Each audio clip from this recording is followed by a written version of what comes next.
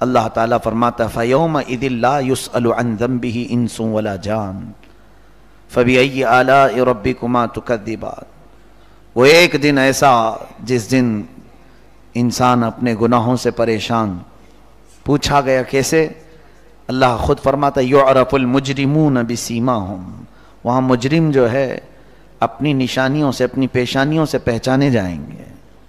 فَيُؤْخَذُ بِالنَّوَاصِي وَالْأَقْدَامِ، اب یہاں پر بھی وہی آیت آئی کہ یعنی ان کی پیشانیوں کو اور پیروں کو دونوں کو باندھ کر کے کھینچا جائے گا۔ پیشانی کو پیروں میں دبا دیا جائے گا، اور ایک حدیث پاک میں ہے اس کے پیٹ کی انتڑیاں پیچھے کے مقام سے نکالی جائیں گی، اور فرشتے اس کو انہی آنتوں کے ساتھ، انتڑیوں کے ساتھ کھینچیں گے۔ اور پھر رب تعالیٰ فرماتا ہَذِهِ جَهَنَّمُ الَّتِي يُكَذِّبُ بِهَا الْمُجْرِمُونَ، جتنے مجرم ہیں یہ انکار کرتے تھے، جھٹلاتے تھے جہنم کہاں ہے، کب آئے گی، کیسی ہوگی، یہ ہے دیکھو اب۔ اللہ فرماتا ہے اس دن تمہیں پکارا جائے گا، یہی جہنم ہے جس کو تم جھٹلاتے تھے۔ یطوفون بینہا و بین حمیم آن، حمیم جو ہے ایک پانی کا ذکر آیا ہے قرآن پاک میں، یہ تو سورہ رحمان کی باتیں ہو گئی۔ پھر سورہ واقعہ میں بھی اللہ تعالیٰ یہی فرماتا ہے ثلۃ من الاولین و ثلۃ من الآخرین واصحاب الشمال ما اصحاب الشمال، بائیں بازو والے کیا ہوگا ان کا، دو الگ الگ قسم والے ذکر ہیں، اصحاب الیمین دائیں بازو والے اور بائیں بازو والے، دو کا ذکر آیا ہے۔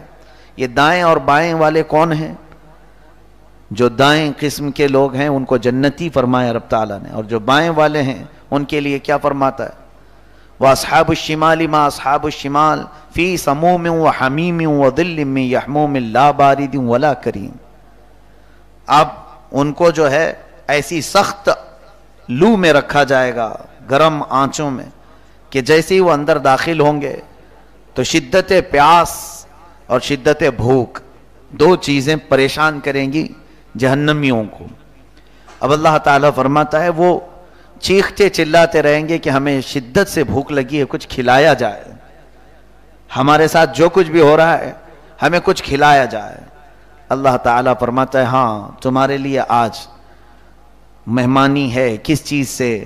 لَآكِلُونَ مِن شَجَرٍ مِّن زَقُّوم، زقوم نام کا ایک درخت جہنم میں ہے، اس کے پھل ہوں گے، اس پھل کے اندر اتنے تیز کانٹے ہوں گے، اتنے بڑے کانٹے۔ فرمایا گیا دنیا میں اگر وہ ایک پھل ہی اتر جائے تو اس کی بدبو سے لوگ بے ہوش ہو جائیں، لیکن وہ پھل جہنمیوں کو کھانے کے لیے دیا جائے گا۔ اب وہاں پوزیشن یہ ہے کہ وہاں کوئی اور حالت ہے نہیں، مرتا کیا نہ کرتا، کھانا ہے، بھوک لگی ہے، تو زقوم کا پھل جہنمی اٹھائیں گے اور کھائیں گے، جیسے وہ اس کا آدھا حصہ بھی نہیں کھائے ہوں گے کہ ان کے حلق میں پھنس جائے گا، سب کانٹے باہر آ جائیں گے، وہ اٹک جائے گا۔ اب وہ چیخیں گے، چلائیں گے کہ اب یہ تو نہ اندر نکلتا ہے، اندر جاتا ہے، نہ باہر آتا ہے، اس پھل کو نکالنے کی کوئی صورت بتائی جائے، پانی دی جائے۔ پانی مانگیں گے تو اللہ فرمائے گا ٹھیک ہے ان کو پانی بھی دیا جائے گا۔ ھذا نزلہم یوم الدین، یعنی قیامت کے دن تمہاری یہ مہمان نوازی ہے، نزل کہتے ہیں مہمان نوازی کو۔ اللہ فرما رہا ہے یہ تمہاری آج کی مہمان نوازی ہے۔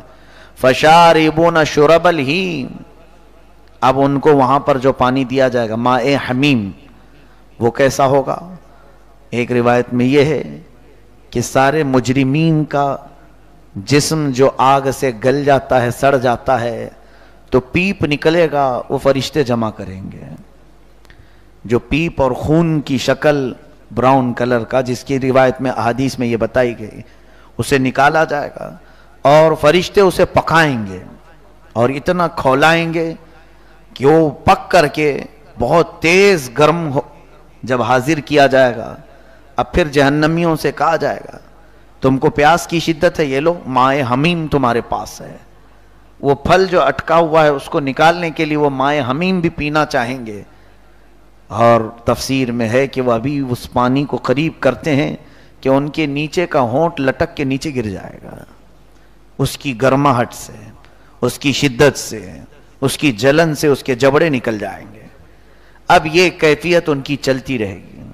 پھر رب تبارک و تعالی جیسے کہ کل کی سورج میں، پرسوں کے سورہ میں ہم نے تلاوت بھی کی تھی، ارشاد فرماتا ہے ذُقْ هَذَا إِنَّكَ أَنْتَ الْعَزِيزُ الْكَرِيمُ، چکھو آپ، تم دنیا میں بہت بڑے بنتے تھے نا، تم دنیا میں بہت عزت والے کہے جاتے تھے، تم کو ہماری آیتیں کبھی نہیں جھنجھوڑتی تھیں، تم کبھی ہماری آیتوں کی طرف کان نہیں دھرتے تھے، آج لو اس کے مزے، تمہیں بار بار یہ کہا جائے گا۔ سورہ رحمان میں اللہ عز و جل نے ہمیں، واقعی میرے آقا صلی اللہ علیہ وسلم اتنا روئے تھے سورہ رحمان پڑھتے ہیں۔ ایک مرتبہ صحابہ بیٹھے تھے، تشریف لائے اور نبی کونین صلی اللہ علیہ وسلم سورہ رحمان کی تلاوت شروع فرماتے ہیں۔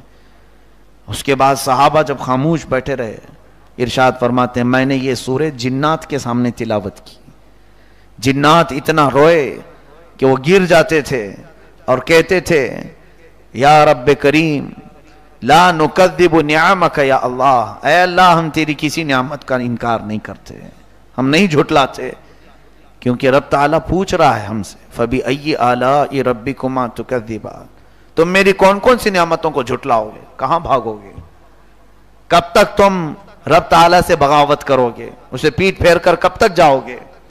رب تبارک و تعالیٰ کا اس جواب تمہارے پاس ہے؟ میں تلاوت کرتا ہوں فَبِأَيِّ آلَاءِ رَبِّكُمَا تُكَذِّبَانِ، منہ میرا ہے، یہ کلمات رب کے ہیں۔ اللہ عز و جل تمہارا خالق، تمہارا مالک تم سے پوچھ رہا ہے اے لوگوں، تراویح میں حاضر ہونے والے، کیا ہم نے اللہ تعالیٰ کو جواب دینے کی تیاری کر لی ہے؟ یا دنیا ہی میں کہہ دو کہ اے رب کریم میں تیری نعمتوں کو جھٹلاتا نہیں، تو تمہارا دل خود کہے گا تو جھوٹ بول رہا ہے، تیرے عمل تو ایسے نہیں ہیں کہ تو شکر گزار بندہ ہے، اس لیے کہ اس نے جتنی نعمتیں تجھے دی آج تک تو ناشکری میں ہی استعمال کیا، غلط اس کا استعمال ہوتا رہا۔ دنیا کو کہنے کے لیے تو ہم کہہ سکتے ہیں، مولانا کو کہہ دیں گے نہیں میں تو کسی نعمت کا انکار نہیں کرتا، تم اپنے دل کو مطمئن کر کے دکھاؤ، تمہارا دل خود تمہارے خلاف بولے گا، ہمارا دل خود جانتا ہے کہ ہم کیا کیا کر رہے ہیں، ہماری آنکھیں ہمارے خلاف بولیں گی، اے بندے کس اعتبار سے تو کہہ رہا ہے اللہ کی بارگاہ میں کہ اس کی نعمتوں کو نہیں جھٹلاتا، پھر ان آنکھوں سے تو نے کیا کیا کیا ہے؟ تمہاری آنکھیں خود تمہارے خلاف بولیں گی، تمہارے کان گواہی دے رہے ہوں گے تمہیں، آج کی بات کر رہا ہوں قیامت کی نہیں، آج خود تمہارے اعضاء بولیں گے۔ سنو تو ذرا ان کی طرف توجہ کر کے، کیا ایک ایک نعمت ہمارے پاس ایسی موجود ہے کہ اللہ کے حضور ہم پیش کر کے کہیں کہ اے رب قدیر اس نعمت کا میں نے غلط استعمال نہیں کیا ہے؟ نہیں، جواب ہے ہی نہیں تو کیا جواب دیں گے مولا کو؟ ظاہر سی بات ہے، یہاں پر وہ تصور مجھے یاد آتا ہے، محبوب الہی نظام الدین اولیاء رحمۃ اللہ علیہ نے ایک بہت پیاری مثال بتائی تھی۔ ایک شخص حاضر ہوا، کہا کہ حضور کچھ گناہ کرنے کی بھی اجازت ہونی چاہیے، کبھی کبھار کچھ گناہ کرنے کی بھی اجازت دے دینی چاہیے۔ کہا ہاں بالکل اجازت ہے، دو شرطیں، اگر تو وہ پوری کر لے تو جو گناہ کرنا چاہے اجازت میری طرف سے۔ کہا جلدی سے پوچھا اس نے کون سی دو شرطیں ہیں؟ پہلی شرط تو یہ ہے ایسی جگہ جا کر کے کر جو رب کی سلطنت سے باہر ہو، جو اللہ کی سلطنت میں نہ ہو، ایسی جگہ جا کے کر۔ نمبر ایک شرط یہ۔ دوسری شرط اس وقت کرنا جب رب تعالیٰ سو رہا ہو۔ کہا دونوں امپاسبل چیز ہے، یہ کیسے ہو سکتا ہے؟ دنیا کا ایک ذرہ بھی اس کی سلطنت سے خارج نہیں، اس کی ملکیت سے کون خارج ہے؟ کون سا خطہ ایسا ہے؟ اور دوسری بات کون سا لمحہ ایسا ہے جس میں مولا غافل ہو؟ وہ تو فرماتا ہے اللہ لا الہ الا هو الحی القیوم لا تأخذہ سنۃ ولا نوم، وہ اللہ ہمیشہ سے زندہ ہے، ہمیشہ قائم رہنے والا، اسے نہ اونگ آتی ہے نہ نیند آتی ہے۔ تو محبوب الہی نے فرمایا اے نادان، جب یہ دونوں چیزیں ہو نہیں سکتی تو پھر تو یہ تو سوچ لے، کیا یہ تیرے اخلاق گوارا کرتے ہیں کہ کسی کے گھر میں تو پناہ لینے کے لیے جائے اور اس کے گھر میں تو ننگا ہو جائے؟ کسی نے تجھے اپنے گھر میں پناہ دی، آجا میرے گھر میں رک جا، تو کیا تو اس کے گھر میں ننگا ہو جائے گا؟ اس کا اتنا تو احسان رکھے گا کہ اس گھر والے نے مجھے پناہ دی ہے، میرا کوئی گھر نہیں تھا۔ پھر یہ بھی بتا، کیا تو جس کے گھر میں مہمان بنا ہے اس کے گھر کی توڑ پھوڑ کرے؟ یا اس کے گھر میں غلط چیزوں کا استعمال کرے گا، جلائے گا وہاں پر؟ کہا نہیں۔ تو پھر اب یہ اخلاقیات میں سے ہے کہ تیرا پالنے والا، تیرا کھلانے والا، تیرا پیدا کرنے والا اس کی زمین پر رہ رہا ہے، اس کی ہوائیں استعمال کر رہا ہے، اس کا پانی استعمال کر رہا ہے، اس کی ساری سلطنت کو مفت میں استعمال کر رہا ہے، پھر اس حالت میں ہے وہ کہ ہمہ وقت وہ تجھے دیکھ بھی رہا ہے، اب پھر تیرے یہ احساس کیسے ہو جاتا ہے کہ اس کی نگہداشت میں، اس کی نگرانی میں ایسے کام کروں جو اسے پسند نہیں ہے؟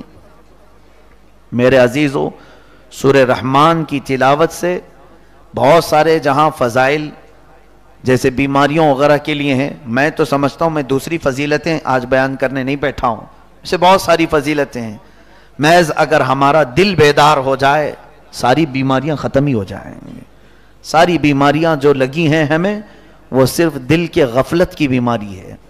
آج سب سے بڑی بیماری جس کو کوئی ذکر بھی نہیں کرتا، میں سمجھتا ہوں کینسر کی بیماری، ایڈز کی بیماری اور دیگر بیماریاں جس کو ہم لا علاج سمجھتے ہیں وہ علاج والی ہیں، کیونکہ بیماریاں آتی ہیں اللہ کی طرف سے، شفا بھی اللہ کی طرف سے ملتی ہے، لیکن کچھ بیماریاں ایسی ہیں جیسے گناہوں کی لت جس کو پڑ جائے، یہ اس کینسر سے زیادہ خطرناک وائرس ہے کہ وہ تو صرف جسم کو گلا دیتی ہیں وہ بیماریاں، لیکن یہ تو تمہاری ایمان کو تباہ کرتی ہیں۔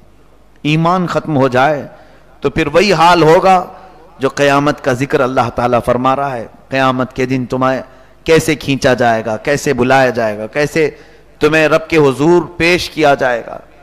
اب یہ تو جہنمیوں کے ذکر تھے، لیکن اللہ عز و جل نے تقریباً ان 4 سورتوں میں جنت کا بھی ذکر فرمایا، سورہ طور میں بھی، سورہ نجم میں بھی، سورہ قمر میں بھی، اور سورہ رحمان میں، سورہ واقعہ میں، 5 سورتوں میں، بلکہ سورہ حدید میں بھی جنت کا ذکر بھی آیا ہے، اور جنتیوں کی فضیلت بھی اللہ نے بیان فرمائی، جیسے کہ اللہ تعالیٰ سورہ رحمان میں فرماتا ہے پہلے ہی، وَلِمَنْ خَافَ مَقَامَ رَبِّهِ جَنَّتَانِ، جو اپنے رب سے ڈر گیا کسی گناہ کرنے کے وقت، اللہ فرماتا میں اسے 2 جنتیں دوں گا۔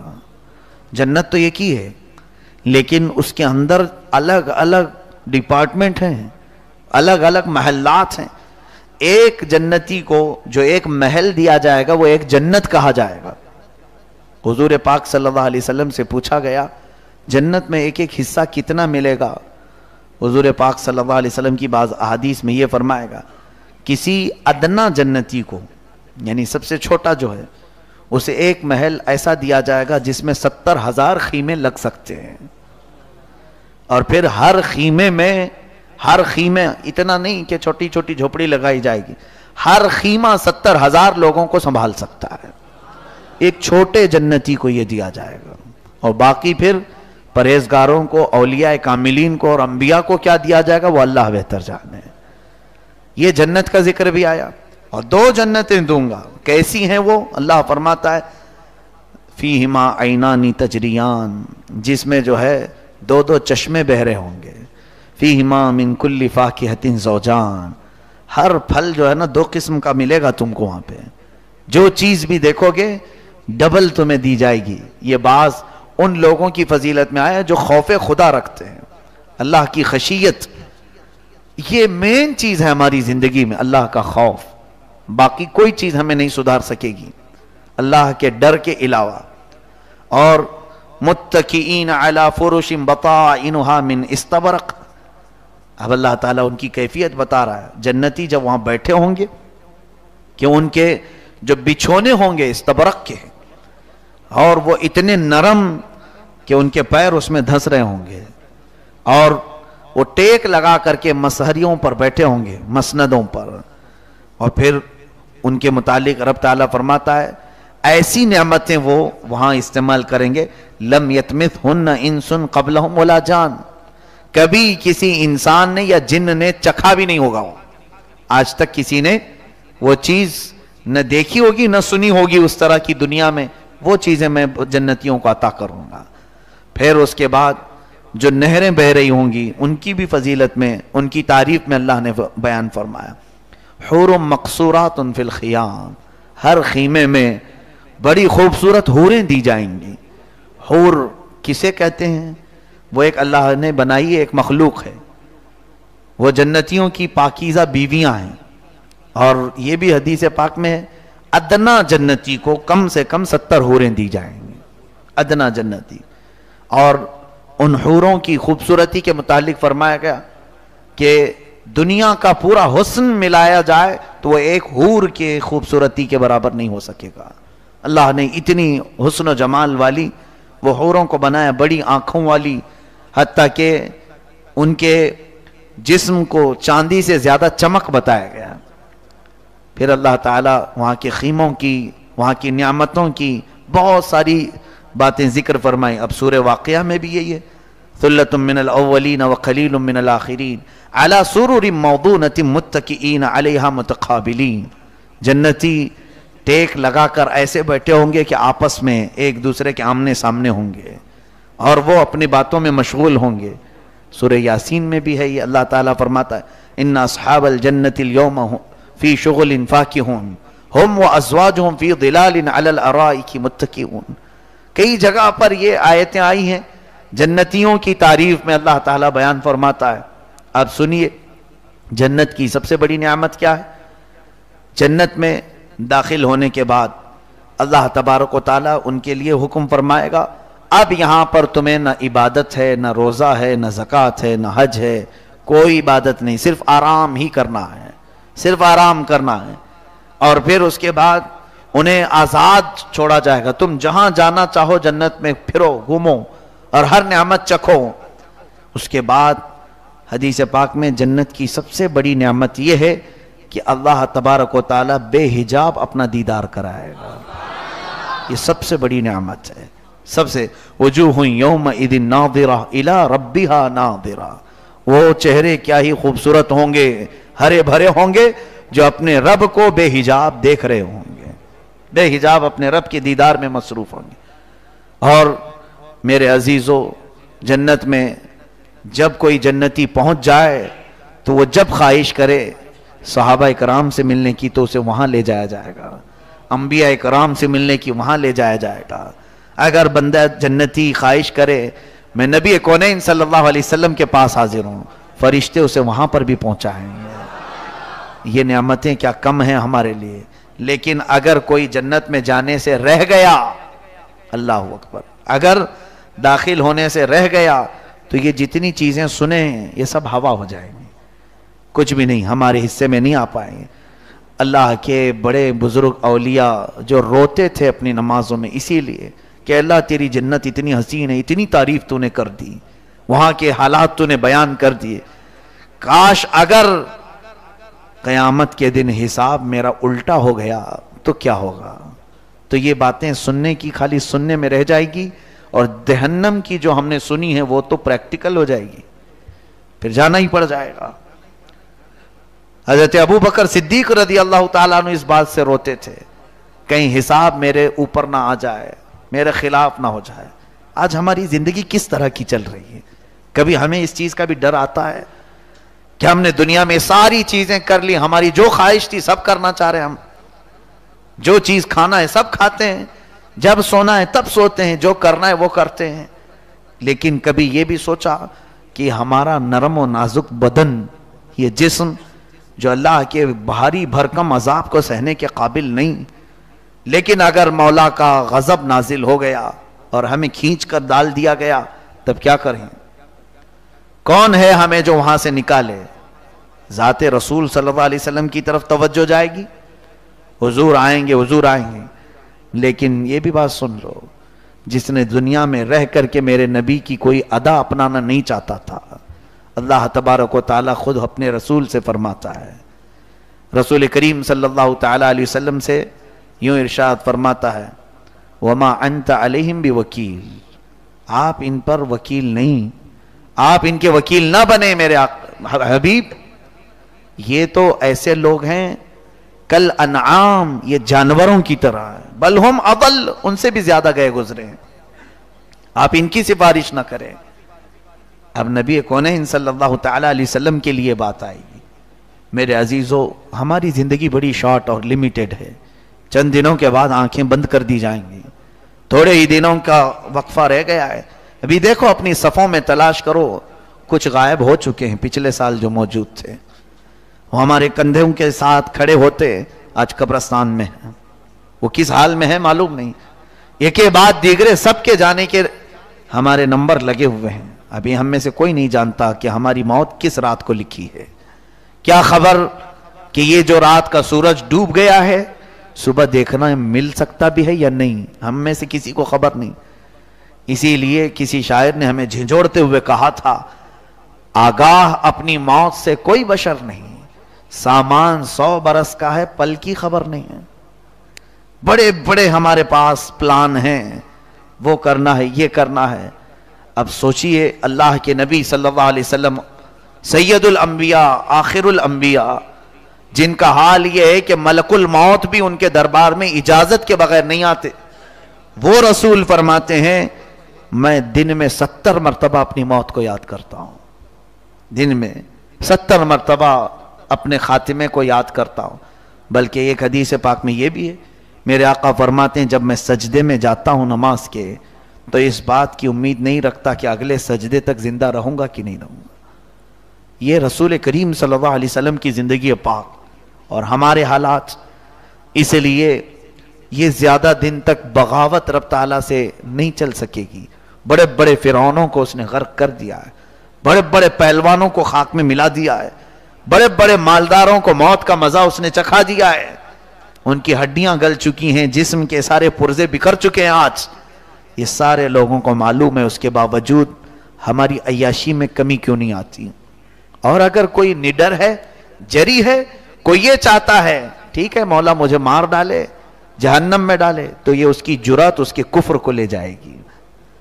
اگر کوئی نڈر ہو کر بے خوف ہو کر کے جینا چاہتا ہے تو ٹھیک ہے, پھر قیامت کے دن وہ یہ کہے گا فَلَوْ أَنَّ لَنَا كَرَّةً, ہے لا 1 منٹ کے لیے واپس کر دے, 1 منٹ کے لیے لوٹا دے, فَنَكُونَ مِنَ الْمُؤْمِنِينَ, میں سچا مومن بن کے آؤں گا, سچا ایمان والا بن کے آؤں گا. رب تبارک و تعالیٰ فرمائے گا نہیں, آج ختم ہو گیا تیرا پاس جو وقت دیا گیا تھا. عزیزان گرامی, بس یہی حاصل کلام ہے سورۃ الرحمن کا کہ اگر ہمارے دلوں میں جنبش آ گئی, ہلچل سی آئی, رب تعالیٰ کی نعمتوں کے حصول کے لیے تڑپ پیدا ہوئی, بس میں سمجھتا ہوں کہ ہماری تلاوت وصول ہو گئی. آپ کا سننا کامیاب, ہمارا پڑھنا کامیاب. اور اگر سنیں جس طرح سے اور بھی باتیں سنتے ہیں, کہانی سننے کی طرح, کوئی انٹرٹینمنٹ بات سننے کی طرح, لطیفے جوک سننے کی طرح, معاذ اللہ رب العالمین, اللہ کے کلام کو اگر ایسا سنا تو ان کی مذمت میں بھی اللہ تعالیٰ نے آیتیں نازل فرمائے ہیں. یعنی کچھ ایسے ہیں جو قرآن تو سنتے ہیں مگر قرآن ان کے دلوں میں نہیں جاتا. افلا یتدبرون القرآن ام علی قلوب اقفالها, جو قرآن کیوں نہیں سمجھتے. یہ اللہ تبارک تعالیٰ نے سورہ محمد میں یوں فرمایا, ایسا لگتا ہے کہ ان کے دلوں پر تالے لگے ہیں. اقفال قفل کو کہتے ہیں. ام علی قلوب اقفالها, کیا ان کے دلوں پر تالے لگے ہوئے ہیں. رب تبارک و تعالیٰ فرما رہا ہے شاید ایسا لگتا ہے کہ ہمارے دلوں پہ تالے لگ گئے, اسی وجہ سے تو یہ آیتیں داخل نہیں ہوتی یا پھر اثر نہیں پیدا کرتی. مجھے امید ہے کہ اللہ تبارک و تعالیٰ جس کے دل نرم ہو جائے اور خوف سے ایک آنسو بھی نکل آئے, وہ ہماری بخشش کا ذریعہ بن جائے. بلکہ قیامت میں اس کے متعلق میرے آقا فرماتے ہیں رب قدیر کسی کو جہنم کی آواز سنائی دے گی, رب قدیر کی طرف سے اعلان آئے گا کہ فلاں کے لیے جہنم ہو گئی, واجب ہو گئی, کھینچا جا رہا ہوگا. اچانک ہماری آنکھوں کے پلک اللہ تعالیٰ سے بات کرنے لگیں گے, اے رب العالمین تھوڑی دیر کے لیے اس کو روک دے. پوچھا جائے گا کیوں, یہ حدیث پاک میں ہے, یہ آنکھوں کی پلکیں کہیں گی مولا اس کو تو جہنم میں بھیج رہا ہے, مجھے اس کے جسم سے الگ کر کے پھر اس کو بھیج, مجھے نکال اس کی آنکھوں سے, پھر اگر تو بھیجنا ہے تو بھیج دے. رب تعالیٰ فرمائے گا نہیں, جسم سے الگ کیسے. تو یہ آنکھوں کی پلکیں اللہ سے یوں عرض کریں گی مولا تیرے حبیب نے فرمایا جن آنکھوں کی پلکوں کو خوف خدا کے آنسوؤں نے بھگویا ہے، ان پلکوں پر جہنم حرام ہے۔ اے رب قدیر، اس بندے کی آنکھوں سے ایک مرتبہ قطرے ٹپکے تھے جس سے میں بھیگ گئی تھی، تیرے خوف سے ہی رویا تھا، لہذا اس کے جسم سے مجھے الگ کر تاکہ میں جہنم میں نہ جاؤں۔ اللہ تعالیٰ اس کی سفارش قبول فرمائے گا اور اسے جنت بھیجے گا۔ فرمایا جائے گا اے آنکھوں کی پلکوں، تمہیں الگ نہیں کیا جائے گا، اس بندے کو لے جاؤ اور جنت میں داخلہ دیا جائے۔